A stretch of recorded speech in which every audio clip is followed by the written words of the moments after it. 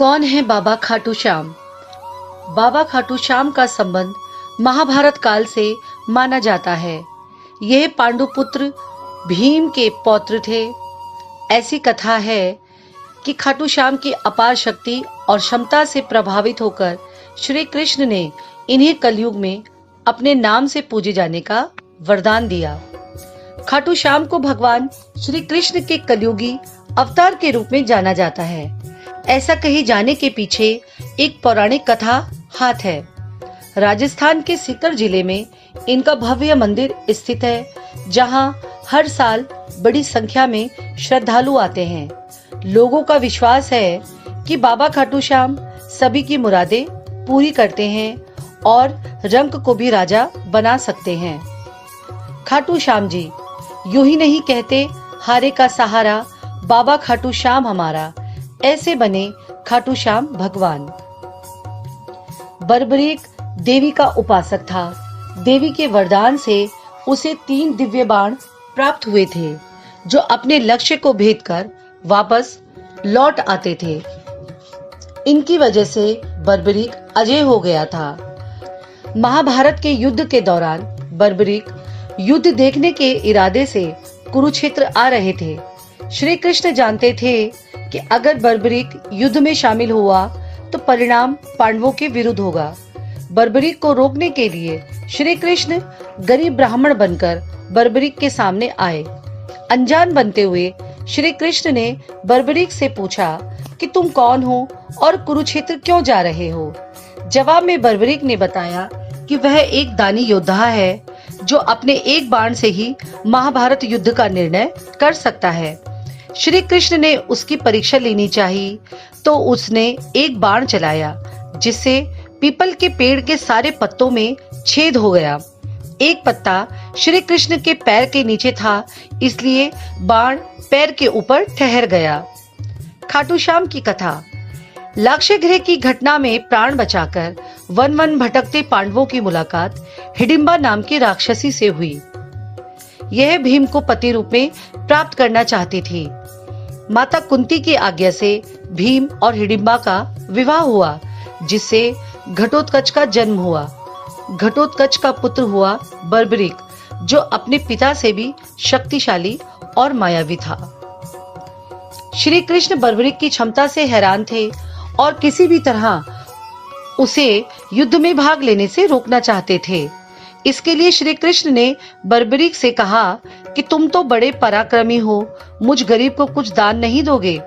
बर्बरीक ने जब दान मांगने के लिए कहा, तो श्री कृष्ण ने बर्बरीक से उसका शीश मांग लिया। बर्बरीक समझ गया कि यह ब्राह्मण नहीं कोई और है और वास्तविक परिचय देने के लिए कहा। श्री कृष्ण ने अपना वास्तविक परिचय दिया, तो बर्बरीक ने खुशी खुशी शीश दान देना स्वीकार कर लिया।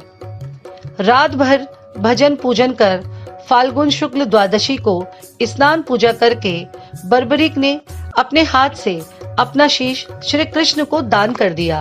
शीश दान से पहले बर्बरीक ने श्री कृष्ण से युद्ध देखने की इच्छा जताई थी, इसलिए श्री कृष्ण ने बर्बरीक के कटे शीश को युद्ध अवलोकन के लिए एक ऊंचे स्थान पर स्थापित कर दिया। श्री कृष्ण ने प्रसन्न होकर बर्बरीक के उस कटे सिर को वरदान दिया कि कलयुग में तुम मेरे श्याम नाम से पूजित होंगे। तुम्हारे स्मरण मात्र से ही भक्तों का कल्याण होगा और धर्म, अर्थ, काम, मोक्ष की प्राप्ति होगी। स्वप्न दर्शनोपरांत बाबा श्याम खाटू धाम में स्थित श्याम कुंड से प्रकट हुए थे। श्री कृष्ण विराट शालिग्राम रूप में संवत 1777 से खाटू श्याम जी के मंदिर में स्थित होकर भक्तों की मनोकामनाएं पूर्ण कर रहे हैं। हर साल लगता है खाटू श्याम का मेला। प्रत्येक वर्ष होली के दौरान खाटू श्याम जी का मेला लगता है। इस मेले में देश विदेश से भक्तजन बाबा खाटू श्याम जी के दर्शन के लिए आते हैं। इस मंदिर में भक्तों की गहरी आस्था है। बाबा श्याम, हारे का सहारा, लखदातार, खाटू श्याम जी, मोरनी वी नंदन, खाटू का नरेश और शीश का दानी, इन सभी नामों से खाटू श्याम को उनके भक्त पुकारते हैं। खाटू श्याम जी मेले का आकर्षण यहाँ होने वाली मानव सेवा भी है। बड़े से बड़े घराने के लोग आम आदमी की तरह यहाँ आकर श्रद्धालुओं की सेवा करते हैं। कहा जाता है ऐसा करने से पुण्य की प्राप्ति होती है। खाटू श्याम जी के चमत्कार। भक्तों की इस मंदिर में इतनी आस्था है कि वे अपने सुखों का श्रेय उन्हीं को देते हैं।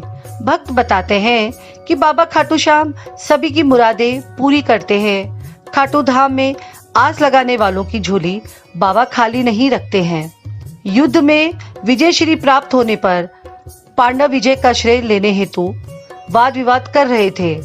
तब श्री कृष्ण ने कहा कि इसका निर्णय बर्बरीक का शीश कर सकता है। बर्बरीक के शीश ने बताया कि युद्ध में श्री कृष्ण का सुदर्शन चक्र चल रहा था, जिससे कटे हुए वृक्ष की तरह योद्धा रणभूमि में गिर रहे थे। द्रौपदी महाकाली के रूप में रक्तपान कर रही थी।